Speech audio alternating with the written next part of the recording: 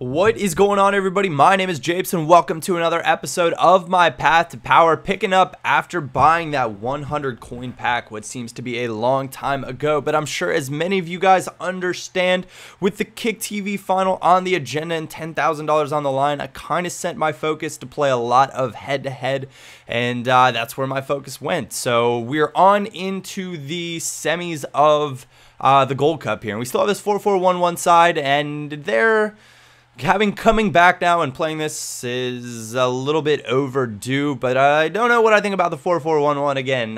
It's not a formation that I've been working with very much, but this team has still been good to me in the past, and so I knew I might have a few tough games ahead of me. A 4-2-3-1 Bundesliga side, always tough, a little bit unlucky. It falls right to him at the top of the box. In the 45th minute, he manages to smash it in from just outside the 18 to give him a first half lead, and going down just like that at the end of the first half, kind of demoralizing. Second half, more of the same thing, crosses it in, manages to nod home a header. 2-0 is the score now, 56th minute, and that is actually how this first one's going to end. So we dropped the first match in a very, very frustrating victory, but I thought, hey, you know what? Everybody's got a bad day of FIFA.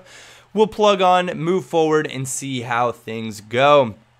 So now we're going to skip forward. This is now a few days later. A few more cards have sold on. We've got a free gold pack to open.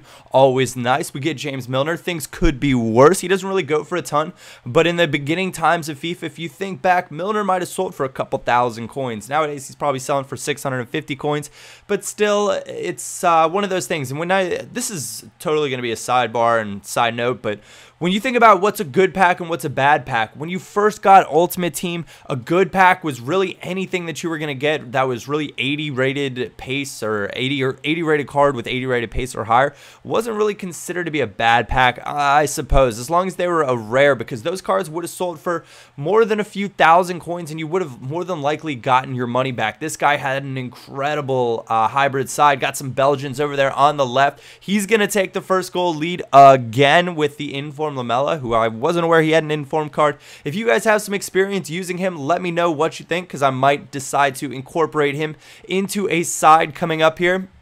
And you guys will have to pardon me here if my voice sounds a little bit off, a little bit nasally, or a little bit scratchy. I've got a bit of a sore throat, and I catch my first break of the match. Finally, 78th minute, get to bring it back level at 1-1.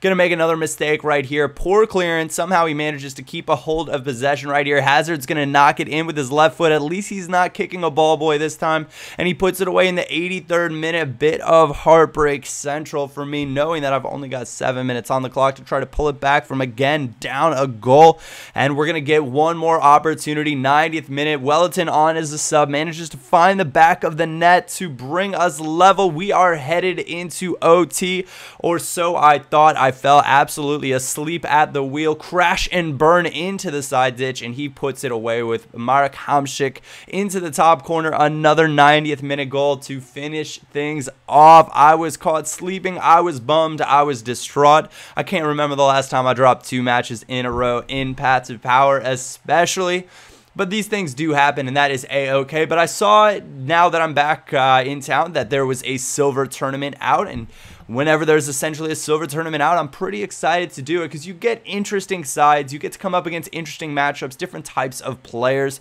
and so I decided to sell on this whole team and go about making a side. And this is, I went for a Liga Portuguesa side, and then I went back and I really checked the tournament requirements, and it had to be 2.5 stars with a max rating of silver. So essentially, it's a bronze side splashed with a few silvers, or you could go and do what I did and buy a bunch of essentially 40 rated bronze players and bronze bench the heck out of it, so you can use a weaker numbed down silver side. I went through and I showed you all the silver players that I was gonna use, and then I had to make quite a few changes, getting worse and worse at many of these positions until I was able to get away with it. I'm going to show you what's happened here. Went out, bought the morale card, got the formation card to get my left wing to my left forward. Everything was going well. I was pumped. I was excited. We were going to jump right on into the tournament. However, I didn't read the rules that well, as I said, and we're going to have to go about making the changes. Now, I'm not going to show you guys all of the changes because that would just it kind of took a long time, and I don't think you really care to see all that. You just kind of want to see what the end product's going to look like and then get into a little bit of gameplay. And what I'm doing right here is I put max price 150. I really don't want to pay more than that for a left wing to left forward card. There aren't too many of them, or aren't too many people that need that card, and there are plenty of them out there on the market.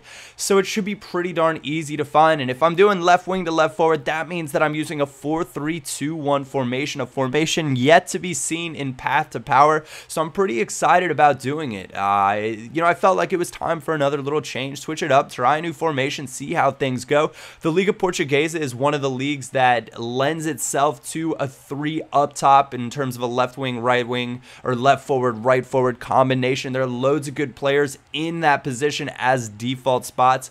And so I was excited about, you know, trying things out with this league. They actually have quite a few really strong silver players that I was kind of bummed I couldn't fit all of the 73, 74 rated players that I wanted to into the side just based on the tournament rules. And so I had to maybe add a little bit of bronze action in here. I think this is where I find out the bad news, and it's like, whoa, 2.5 stars. I have a 4.5 star team. That's just not going to work. So I go about throwing in all the lowest rated bronze players that I have. Didn't even have enough of the lowest rated bronze players to be able to get this show on the road. So I went out and I picked up a bunch of 40-ish overall rated players for about 150, 200 coins a pop so that I could get on into this tournament. And you're not going to see that part. I did pick up Delafeu as well, because there was this second thought that I was, hey, maybe I'll do a silver Spanish side. Spanish sides, they also have quite a few good wingers, and it would be quite fun to go about and use. And this is the team. So we got a bronze goalkeeper, a bronze center mid. We got lower rated, a lower rated center mid and a lower rated left forward, right back, and center back, and that was enough to put us under. I don't know everybody's name yet, but I will. I do promise. This guy, Premier Division, Mex, and Mike Conlete. I haven't used him yet on Ultimate Team this year, so he's going to be one of those cards that I'll probably look to pick up here over the next week or so and see what he's doing. But first minute, getting things started straight away off a kickoff. Rondon going to feed it into Iturbe, and how about that for a chip right over the keeper's head into the far corner. Some of you guys are going to say, Japes, why didn't you use Kelvin? Wouldn't that have made the most sense? He's a 5-star skiller.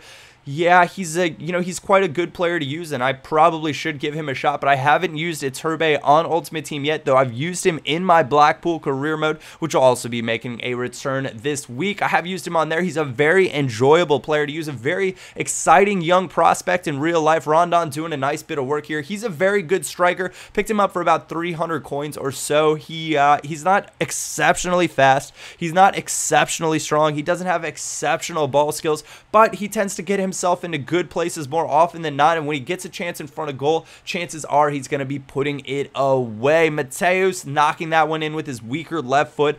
Well, the interesting thing with the Liga Portuguesa is all their left forward, left wing options that are silvers, I think they're all 3-star skills. I kept trying to find a 4-star skilled one, but I could not do it. Mateus led in on through again, and that just sat up too nicely not to have a shot. In the 20th minute, thunderbolts it right into the bottom corner, and that's a fantastic clean strike. Every so often on FIFA, you get one of those that tees up oh so nicely, and you just have to say, give me some of that. Knocks it by the keeper, 4-0.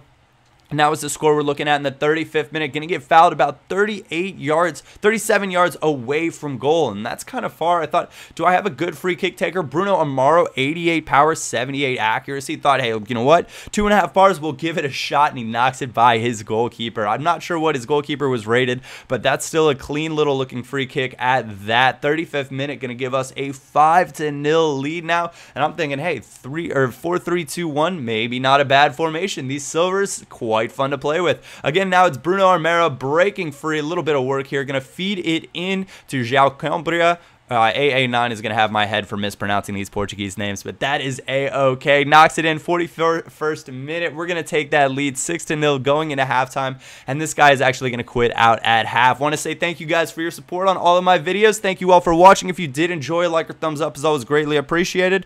Other than that, my name is Japes, and I will catch you all next time.